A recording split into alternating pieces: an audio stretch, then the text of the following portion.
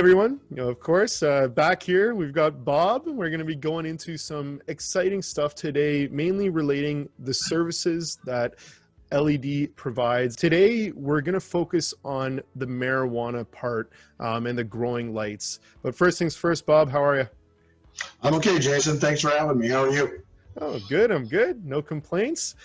Getting towards the end of the week, weekends in sight, so things are good. But September looking like it's going to be a great month, for the markets and investing in general. So happy to be doing videos and stuff like this, and I'm sure some of your shareholders will love them as well.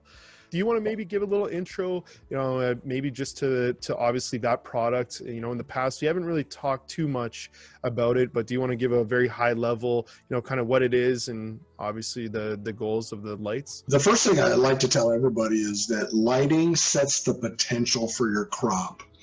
And I say it like that because there are 1,000 things that go into growing any crop, much less a cannabis crop. Top shelf cannabis is about smell and taste and, of course, effect. And for the medicinal users, it's for the medicinal properties.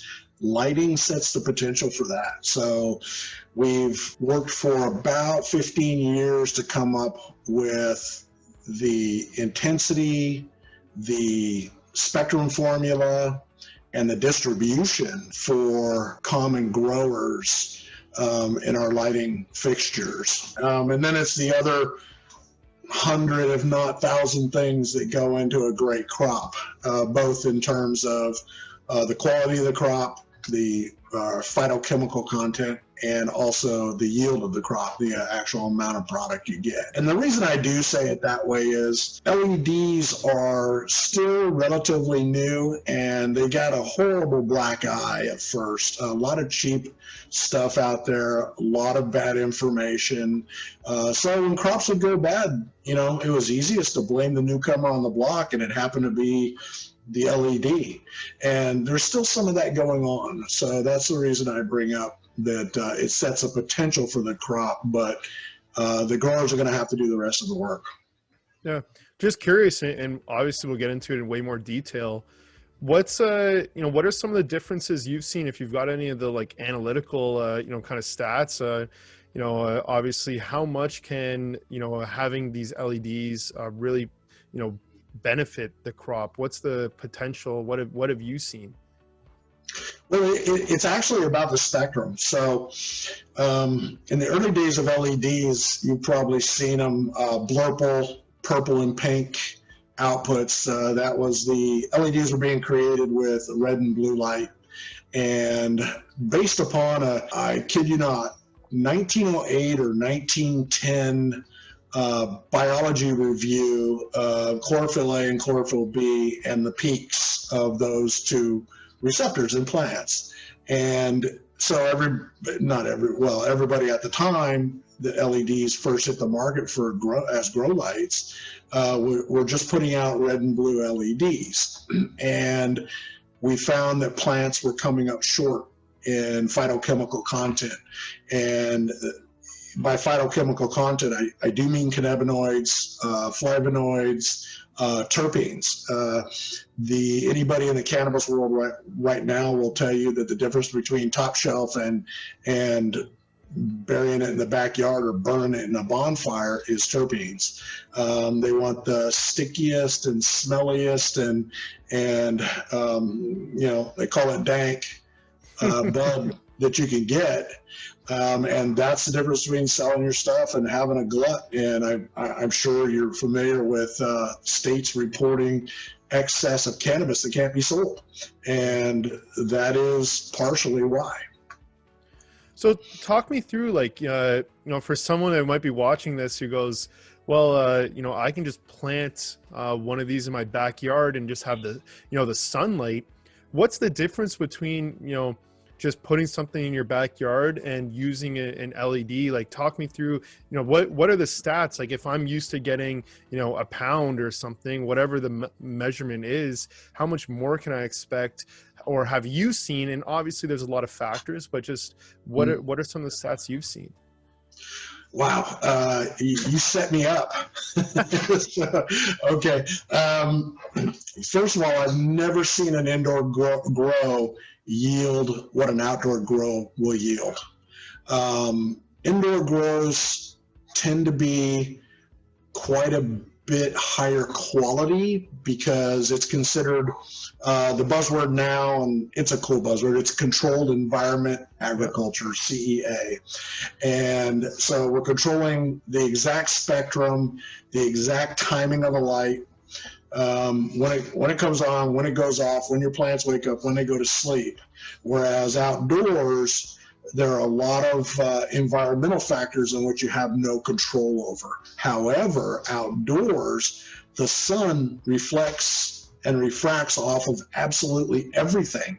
So you have the benefit of sunlight. Now we can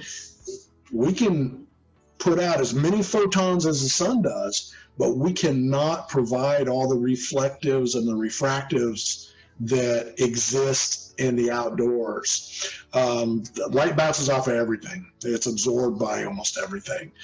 So you'll see outdoor plants get quite a bit bigger. And I've personally seen some plants that harvested out at 20 pounds. And these things are 10 or 12 feet across. But indoors, you would have to put so many lights, and it's not the amount of power, it's the distribution of the light.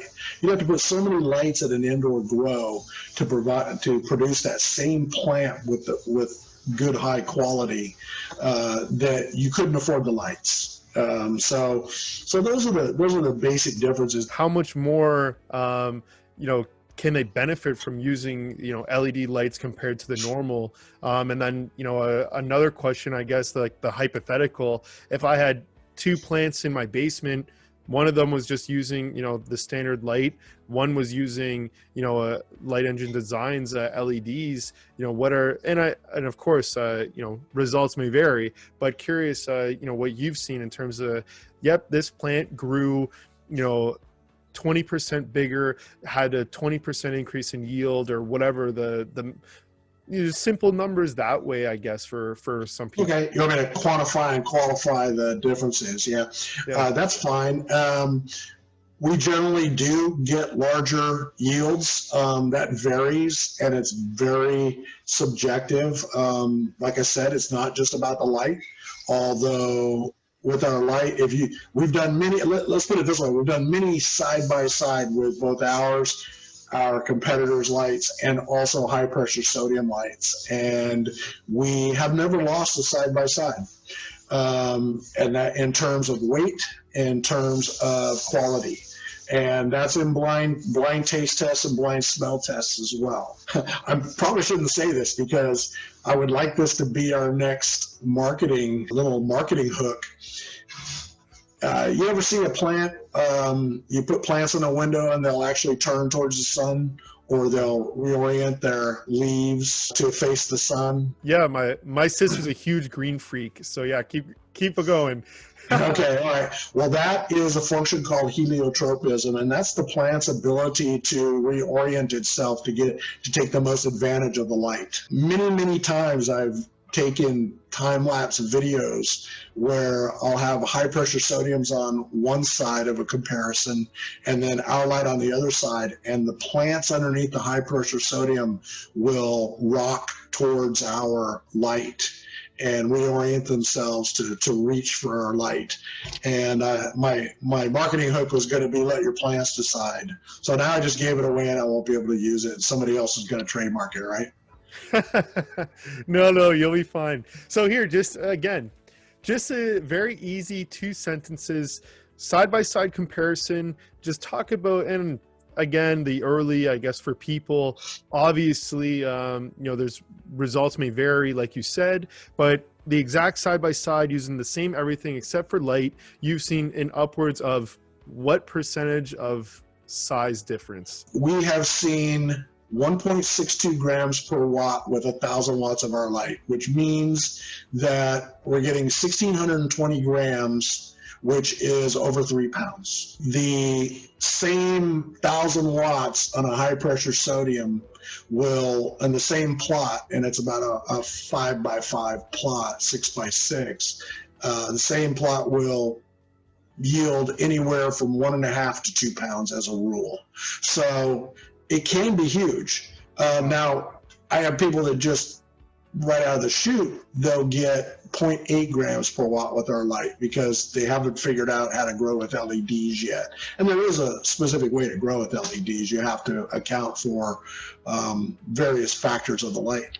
But even at 0.8, you're talking about 800 grams, you're getting at least what the high pressure sodium is. And then it's just a matter of tweaking your grow and your style until you achieve those higher numbers. But it's there. The potential's there.